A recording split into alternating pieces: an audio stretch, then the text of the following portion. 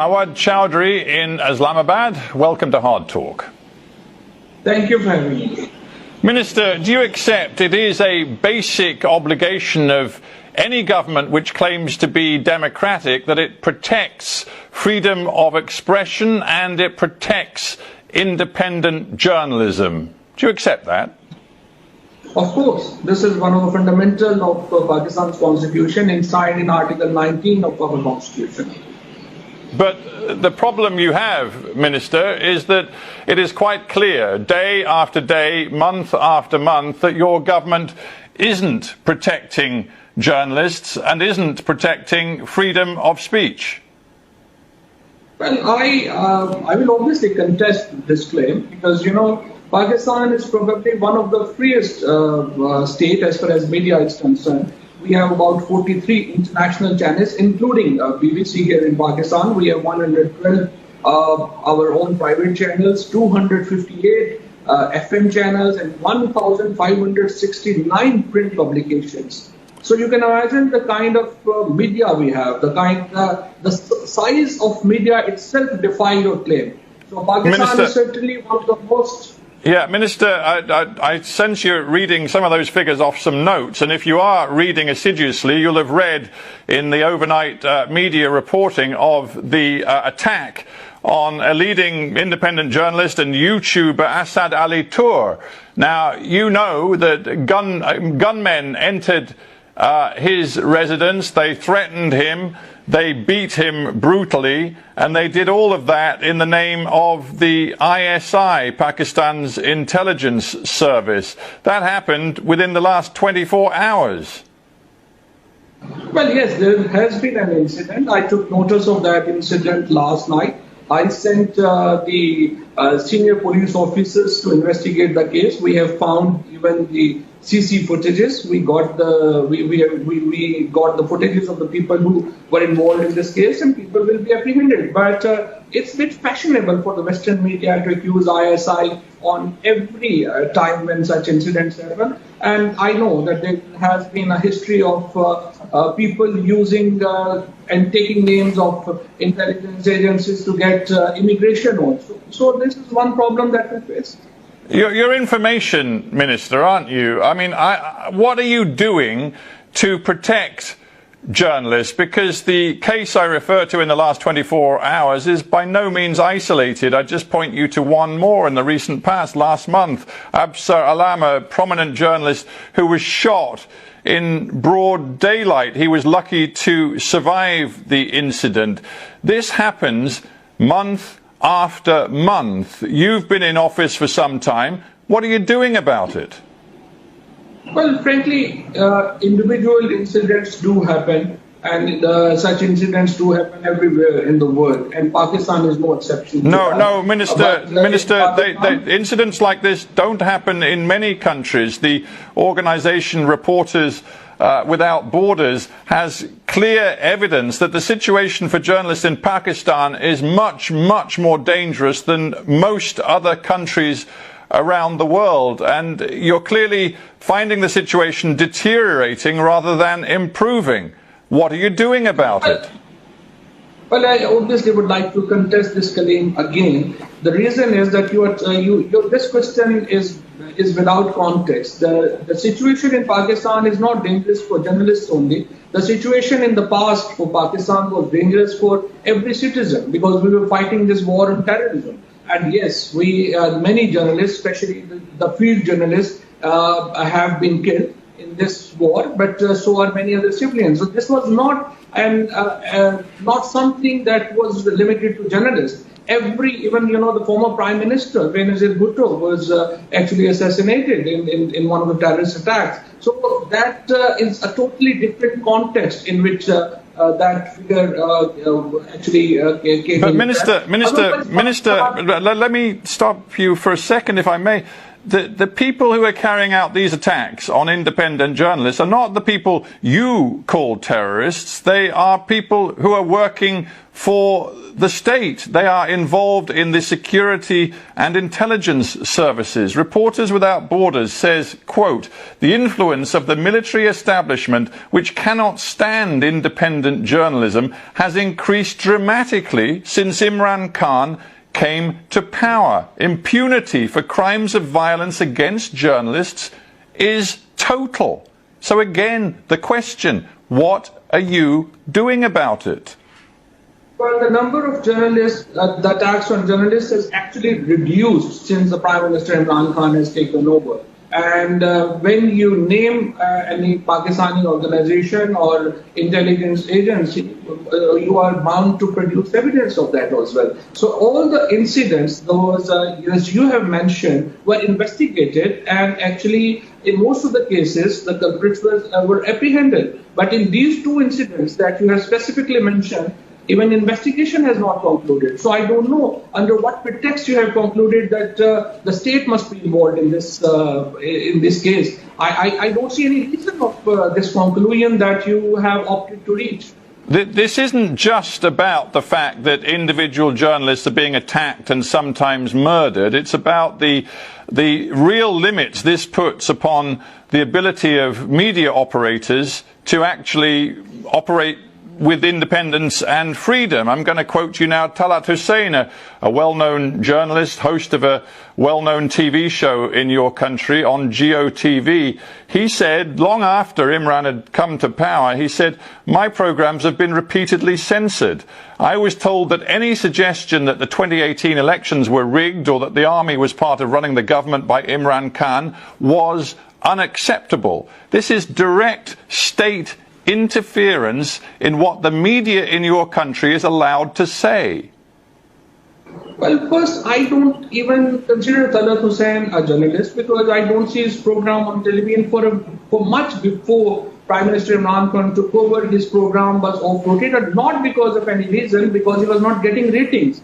In Pakistan, the media, obviously, like any other media, is a commercial media. They look at they obviously retain people who get ratings for them. And if Mr. Talat Hussein and others, they couldn't get ratings, obviously they have to be offloaded. As I told you earlier, and I would again like to read because I don't want to be, that we have about 112 private channels and 43 international channels. With this kind of the mass media that we have, how can you intimidate media? How can state be accused of intimidating media? Pakistan, if you compare us with any other third world country, or you compare it even with the first world, we probably have more free media than probably first world. The BBC, I don't know whether you respect us as an independent news organisation. We certainly strive to be independent and impartial. The BBC offered a half-hour Urdu news programme to one of your channels. I think they're called AAJ TV. We had to, at the BBC, stop offering that half hour of news because AAJ TV was not able to broadcast it without interfering with the BBC's editorial content. And it was clear that that interference came under pressure from the Pakistan authorities. Now, again, you are the information minister. You have a background working in the media yourself. You told me at the beginning of this interview you felt it was a key to any democracy to allow a free media. That is simply not happening in your country. Won't you even recognize that? So had we thought as aggressively as you just mentioned about BBC, we would not have allowed BBC World to operate in Pakistan. But fact of the matter is that BBC World is one of the most watched international channel in Pakistan, and we have never, obstructed its transmission by any means. So what happens in the case of Urdu channels? You have to abide by certain laws or local laws, which was not complied with. If they comply today, they are allowed to do that. And just let me quote you one example about the irresponsible attitude of BBC Urdu here. Again, I would say I have a huge respect for the BBC as an organization. There was a woman, Asia Bibi, who was freed from blasphemy charges there was a headline on BBC Urdu that Holland ambassador has gone to receive her from the jail. So the Holland embassy had to close down for 10 days because they got threats after that news, and that news was totally wrong. And unfortunately, BBC took no action against their own people. So isn't the truth, Minister, that when it comes to all of these issues, from attacks on individual journalists to censorship, systematic censorship, that in the end you as Information Minister have no real power or control at all? There are other elements in the Pakistani state, some call them the deep state, who have powers that are far superior and dominate your own. I am the Information Minister of world's fifth largest state. I am the Information Minister of one of the 7 nuclear states of the world. No one can dare to undermine me. I am here with the full authority, and I decide in Pakistan what will happen and what is happening. So can we say that it's your personal responsibility then, this new set of internet regulations that came into force towards the end of last year, which according both to independent media analysts and to some of the world's most powerful internet media companies, including Google and Twitter, are extremely damaging to freedom of expression and reach a new level of state control on freedom of expression online in your country? Can you specify any regulation that is that led you to conclude this what you have just said? Well, to be specific, under the new regulations, social media companies, internet service providers, they face huge fines of millions of dollars for failure to curb the sharing of content which, to quote it, is deemed to be defamatory of Islam, promoting terror, hate speech, or in any content viewed as endangering national security. You add up all of those subjective delineations together, and it gives the state enormous power to censor what is seen online in Pakistan. Well, frankly, hate speech is a universally recognized thing, is a universally recognized fact that has to be curbed, and all the states are under, and organizations are under the duty not to allow hate speech. As far as the rest of the law is codified, you know. Anything that endangers national security, who decides what endangers national security? That law has never been promulgated. That the social media rules are under discussion, and the part that you are referring to was never promulgated. What, you're saying that you're backing down? That is never going to become law, isn't it? Well, yes, this is right now. This is a position. This is not the law. Interesting. So what, you've listened to all of the alarm that has been expressed by, for example, the Asia Internet Coalition, Google, Facebook, Twitter, many other companies involved in that, who said that they were desperately alarmed by the scope of this new law, as well as the opaque process by which the rules were developed. You've listened to them, have you? You now accept they were right to be so alarmed? No, I have a huge respect for these technology companies, and I will certainly listen to them, because I want them to come and establish their offices in Pakistan, and we want to do business with them. I have a huge respect for them and the contributions they have made to the world. I think I am one of the most, I'm the admirer of their work. Why would I not listen to them, number one? And number two is that the conclusions that you have arrived at are actually based on, I would say, services.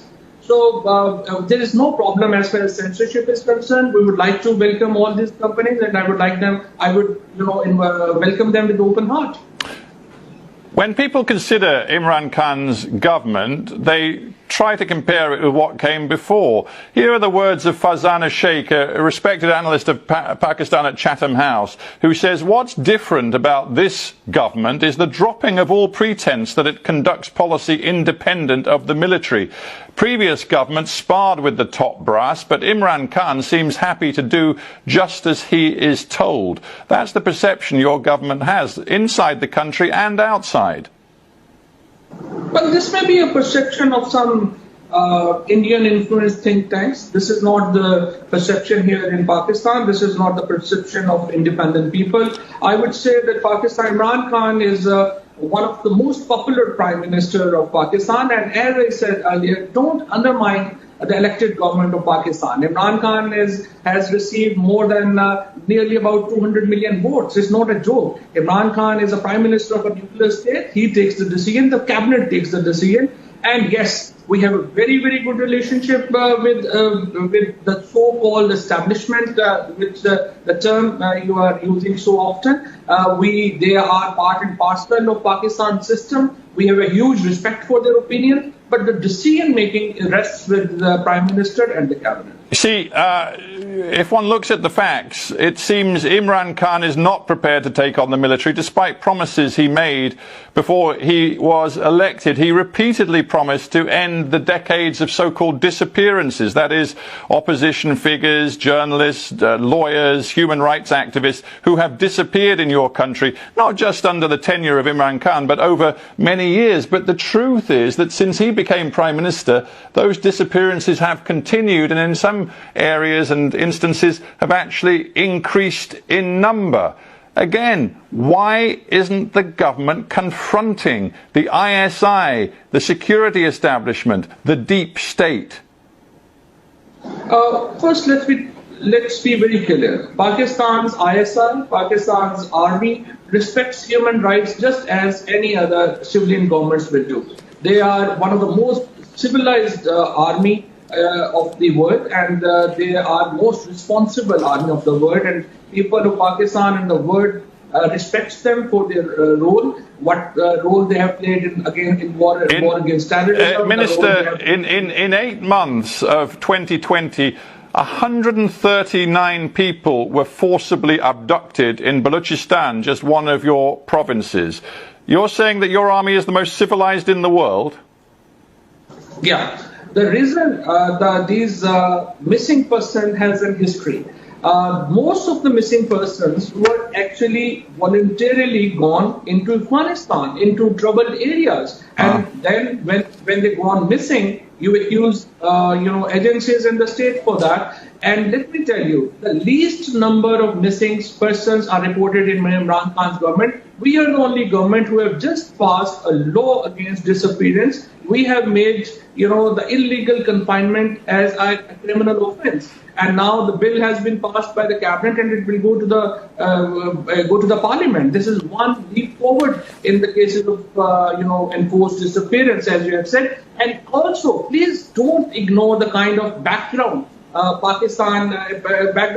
in which all these cases were happened. We faced one of the worst wars in Pakistan. The kind of terrorism Pakistan faced, very few other nations could resist that. And the fact of the matter is that we lost 70,000 precious lives in that. And for example, in what was Guantanamo Bay? It was a special measures those were taken. So don't misinterpret this kind of, don't misinterpret the situation and make such conclusions. You told me just minutes ago that you believe Imran Khan was the most popular PM in Pakistan's history. I'm looking at a late April Gallup poll which shows 38% of respondents thought Pakistan was heading in roughly the right direction, but 41% now believe going in the wrong direction. If one looks at the economic woes of Pakistan under Imran Khan, the fact that you've had an unprecedented